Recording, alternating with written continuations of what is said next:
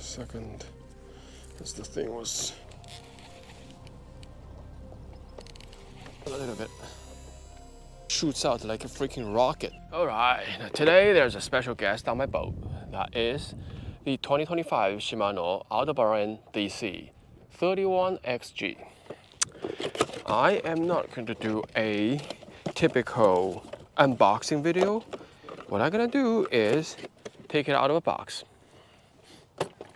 put it on a rod, put a line on it, and then fish with it.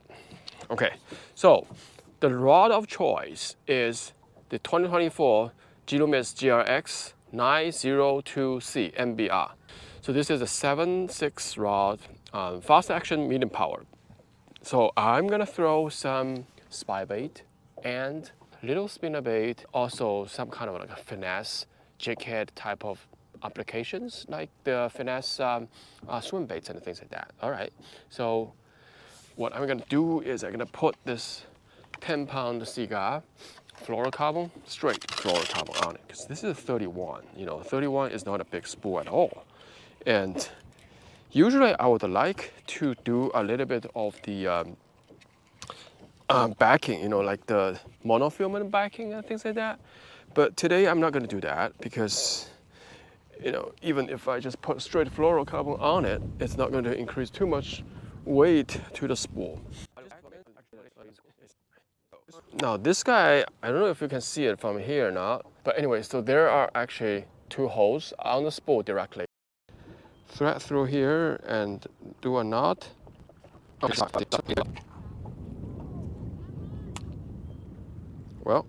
that's not good. What did happen? Now, as it turns out, the knot holes have sharp edges. Now, this hole is perhaps more intended for the convenience of tying braid, but on the other side, this is a reel designed for using thin lines. So I really wish that Shimano could really polish the edges of these knot holes. The second time I tried, I did not break my line, and the first couple winds actually resulted in pretty tight side-by-side line arrangement. Now I'm not sure if this very tight side-by-side line arrangement is due to the new design of the MJL4 spool, which has a hump in the middle. But during this line installation, I'm not going to pay any attention to the shape of the spool. So let's see if this new design of the MJL4 spool has any control of the line winding. Okay, 85 turns. And the spool is pretty much full, maybe 1 millimeters. We'll go back and basically weigh the increment of the mass of the spool, and then we'll see how much really put on there. Now, right after the line installation, what I noticed first is the spool is still symmetric, and I did not get any of those one side line is higher than the other side type of deal, which is pretty often with a lot of Shimano reels if you don't pay attention during the line installation. And for this one, I did not pay any attention during the line installation, and that I did not do any of those tricks like tilting the reels and things like that to keep it even. So I think this might be some edge that's related with the new design of the MJL4 spool. So this is the external dial for the 3x5 IDC setting. Here in the middle, you can see the L, M, and H. That means light, medium, and heavy brake settings. These are the three major brake settings. And then on the top, you can see, well, it's not really marked, but there's a little knob. You can do pretty much 5 different settings. So those are the 5 different fine settings. So if I'm setting at currently it's the medium, right? Medium. And then if this is a max on the top, so this is, I call this medium 5 or M5, okay? If I do light, so this is now L5, light max. And then the smallest will be L min, which is the L1 level, okay? So just so that we are all on the same page, what do I mean by like M1 or M3 brake setting in this entire video, okay? All right, the first cast. First cast, I'm gonna do the max, and basically the biggest. Oh, this is very noisy. Very noisy. Okay, the retrieve. The retrieve, how do I say that? You cannot feel any, it's smooth, but you can also hear it's actually pretty noisy.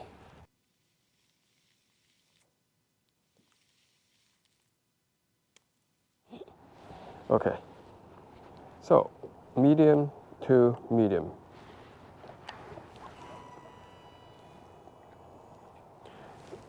I hope I recorded it. So basically medium, I'm a little bit, so the wind is a little bit sideways, right?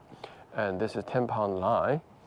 In the middle of the cast, you can see there's a little bit of, it's not really backlash, it's like the line floated on top of the spool, and then, but at the end of the cast, it actually cleaned up, right? So that's the difference. So now I'm gonna do the medium and just the one setting under the max, and let's try that.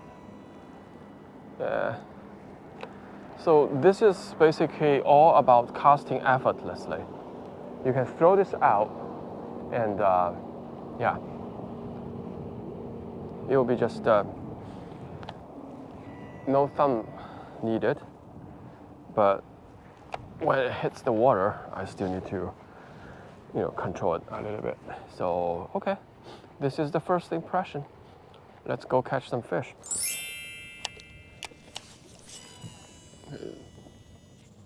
This is go with the wind.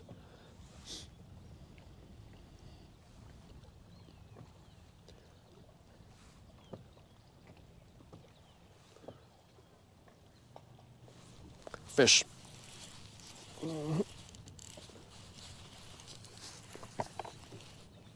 Fish. Oh.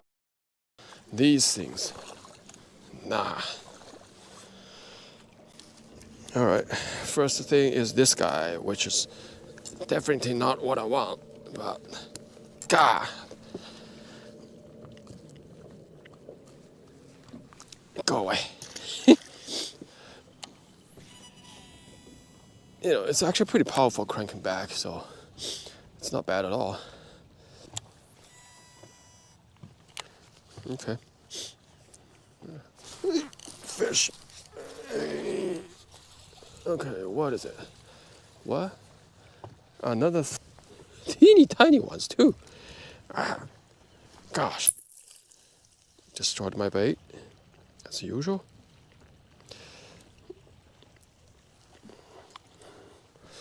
Well, casts very nicely.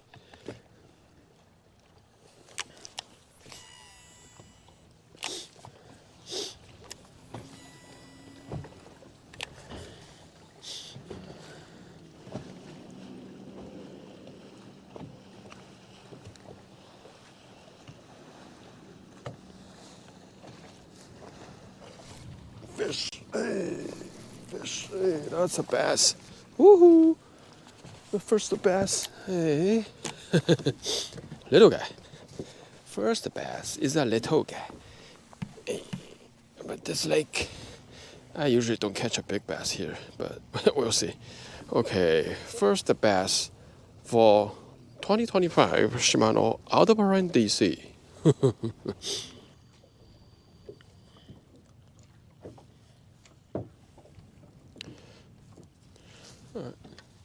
A little bit bigger profile. I draft. The previous one is a 2.5 inch fish. Man, what is it? Tiny bass. Tiny bass eats big bait, but they really want it. Tiny bass. A 1/4 ounce jig head plus a fat swing impact. I'm just gonna grind it on the bottom. It's actually pretty rocky here.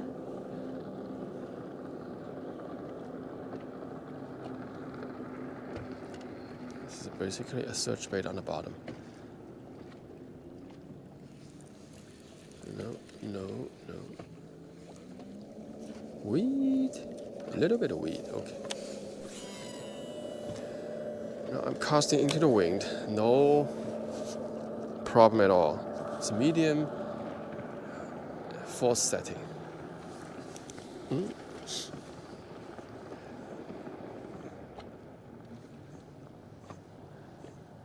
What's that? That's all the weed. Oh, no, that's a fish. Oh my gosh, I didn't realize that. That is a okay. That's actually pretty okay fish. Ooh. Okay, they are on the bottom, I guess. Oh, that's a nicer fish. Yeah. Little beauty. Ah, little nicer fish. Good. Well, I'll have to say, the DC noise, the humming, is not as loud bite as the 21 Antares DC or even the Metanium DC they released last year.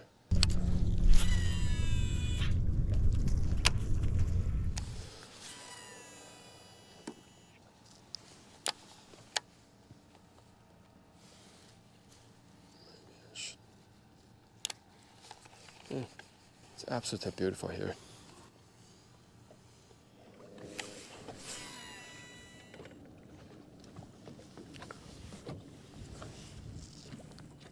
Well, second, as the thing was spinning in the middle of there.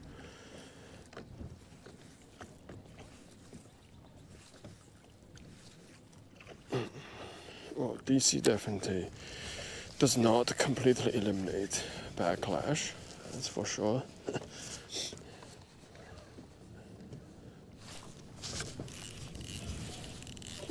Oh, this is a good one.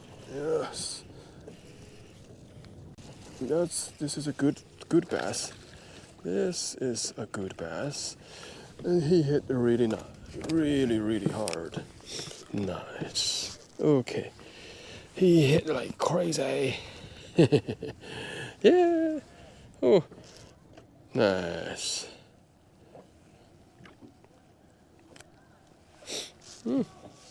Okay, fish. Ooh, yes, sir. Okay. Now I'm pretty much casting directly into the wind. And the setting is still the medium and one setting under the max. So, no problem at all. As long as the bait in the rig does not rotate or spin mid-flight.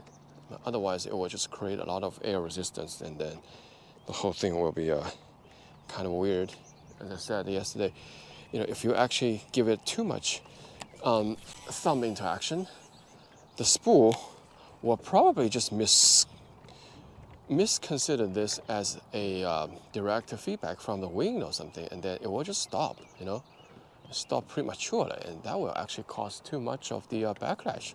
So this one's probably more of like you set and then just don't do too much of the interaction during the flight using your thumb.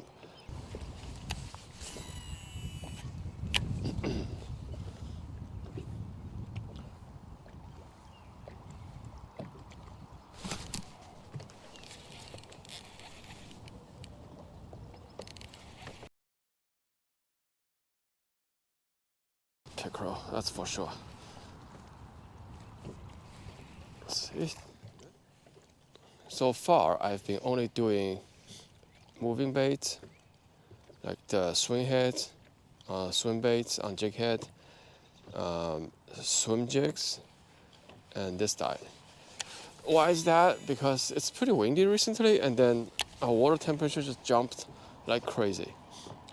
And also, I don't really have too much time every single day. Like after work, I just came out, fish like an hour or two, and that's pretty much what I do. Very busy recently, so anyway, we'll see. Spy bait.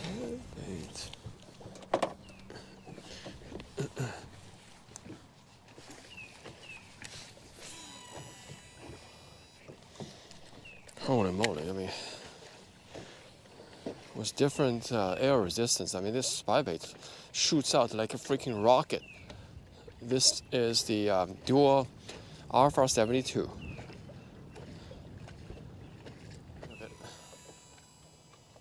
This is like, what is this spybait thing? You know, casting into the wind. This is going nuts. I think this is where it really shines. And my specific intended use for this setup is for Great Lakes smallmouth spybait fishing.